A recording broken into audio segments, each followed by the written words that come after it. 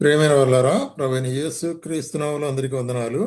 మరి ఈ దినము మన యొక్క వాక్య ధ్యానం కొరకై కీర్తనల గ్రంథము 13వ అధ్యాయము 5వ వచనం చదువుతామండి. నేనైతే నీ కృపయందు నమ్మిక ఉంచున్నాను, నీ రక్షణ విషయమై నా హృదయం హర్షించుచున్నది. నేనైతే అంటున్నాడు. ఉమ్, ఈ కీర్తన దావీదు రాసిన కీర్తన. దావీదు ఏమంటున్నాడంటే, మరి సందర్భాలు ఏమైనప్పటికీ కూడా, నా యొక్క జీవితంలో మరి సందర్భాలు ఎలాగున్నప్పటికీ కూడా, మరి నేనైతే ఆయన కృపయందు జ్ఞాపకం నమ్మకం ఉంచుంటున్నాను అంటున్నాడు. కాబట్టి దేవునిందు నమ్మకం ఉంచుట అనేటువంటిది. ఎందుకంటే మరి దేవుని ద్వారా కృపను ఆయన రుచి చూచిన వాడుకుంటున్నాడు. మన దేవుడు మరి తన కృపను మనకు బయలుపరిచేవాడుకుంటున్నాడు. ఎట్లాగంటే ఆయన మరి 103వ కీర్తనలో మనం చూసినట్లయితే మన దేవుని కృప ఎట్లాగుంటుందంటే, చూడండి. తండ్రి 103వ కీర్తన 13-14 తండ్రి తన కుమారు ఎడల జాలిపడినట్లు యెహోవా తనందు భయభక్తులు గల వారి ఎడల జాలిపడును. మనము నిర్మింపబడిన రీతి ఆయనకు తెలిసే ఉన్నది, మనం మంటివారమని ఆయన జ్ఞాపకం చేసుకునిచున్నాడు. కాబట్టి ఇక్కడ మరి కీర్తనకర్త ఏంటంటే, మరి దేవుడు మనల్ని మరి మట్టివారము లేక అల్పులము, ఎందుకంటే నరుని ఆయువు గడ్డి వలె ఉంటున్నది, అడవి పూపునట్లు పూయును అటు గాలి విచ్చగాది లేకపోను. కాబట్టి నరుడు అల్పమైన వాడుగా ఉంటున్నాడు. కాబట్టి మన యొక్క నిర్మాణ రీతి ఆయనే మనం నిర్మించినాడు. కాబట్టి ఆయన ఏం చేస్తున్నాడంటే, తాను నిర్మించిన తన యొక్క మరి మరి పిల్లలు అంటే మనల్ని తండ్రి తన కుమారుల ఎడల జాలిపడినట్లు యెహోవా తన యందు భయభక్తులు గల వారి ఎడల జాలిపడును. కాబట్టి తండ్రి వలె ఆయన మన మీద కృప చూపించేవాడుకుంటున్నాడు. తండ్రి ఏ విధంగా మనకు మరి కృప చూపిస్తాడో లేక ప్రేమ చూపిస్తాడో, ఆ విధంగా మరి పరలోక తండ్రి అయిన దేవుడు మన మీద కృప చూపించేవాడుకుంటున్నాడు. అందుకొరకే అపోస్తలుడైన పౌలు కూడా మరి ఎఫెసీయులకు రాసిన పత్రికలో ఒక మాట అంటాడు.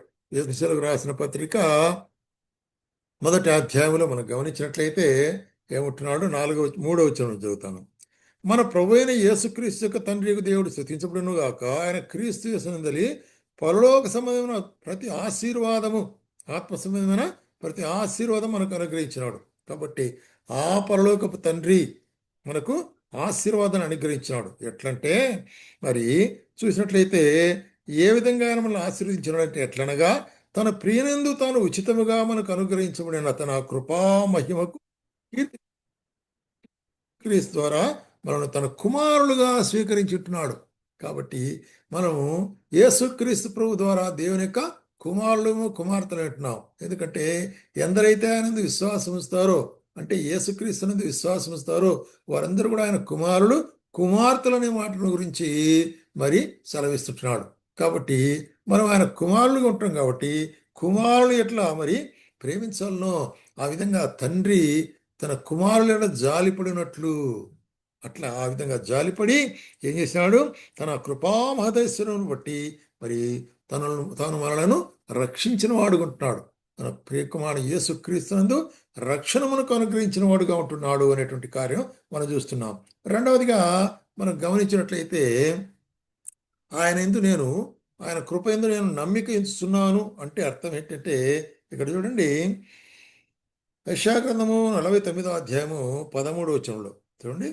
శ్రమనొందిన తన జనుల యందు జాలిపడిన యెహోవా తన జనులను ఓదార్చున్నాడు. ఆకాశమా ఉత్సాహధ్వని చేయము, భూమి సంతోషించము, పర్వతములారాయను ఆనందధ్వని చేయుడి. కాబట్టి ఏం చేస్తున్నట, తండ్రి మరి ఓదార్చినట్లు మరి పిల్లలను ఓదార్స్తూ, అయితే సియోను యెహోవా నన్ను విడిచిపెట్టి ఉన్నాడు, ప్రభువు నన్ను మరిచి ఉన్నాడని అనుకుంటున్నావు.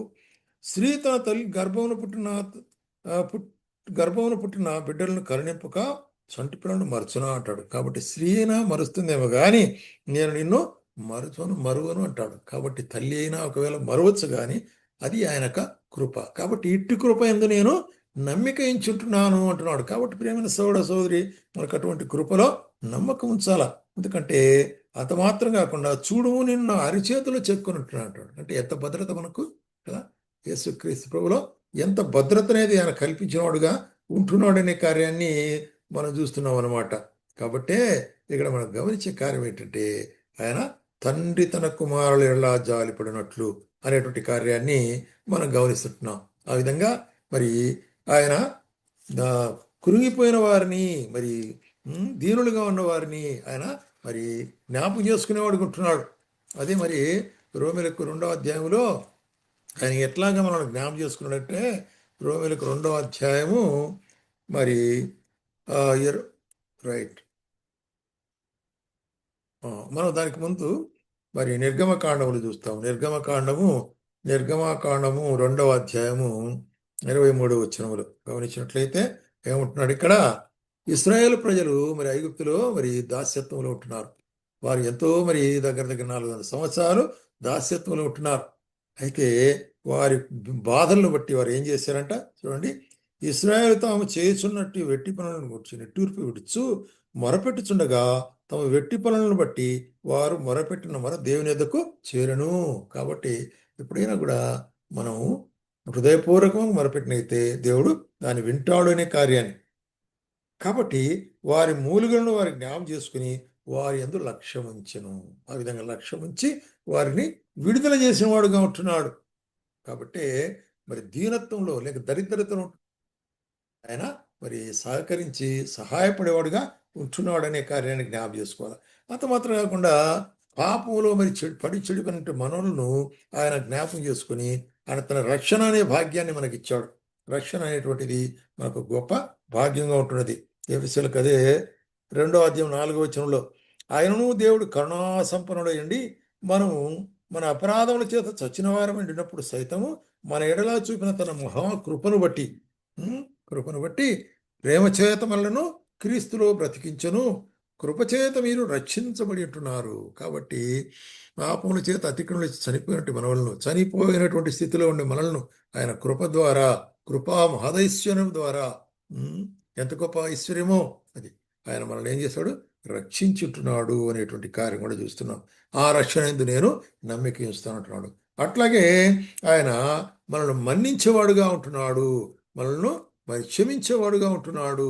అందుకొరకే మరి దావీదు ఏమంటాడంటే 51 కీర్తనలో తన జీవితంలో ఏ విధంగా దేవుడు తను క్షమించినాడు అనే కార్యం చెప్తున్నాడు. చూడండి, మరి దావీదు ఇక్కడ మరి ఒక పాపంలో పడి ఉంటున్నాడు. ఆ పాపంలో పడి ఉండేటప్పుడు అది పాపమని మరి నాతాను తెలియజెప్పినాడు ప్రవక్త. అప్పుడు తను మరి దేవుని సన్నిధానంలో వేడుకుని ప్రభువా ఏమంటున్నాడు?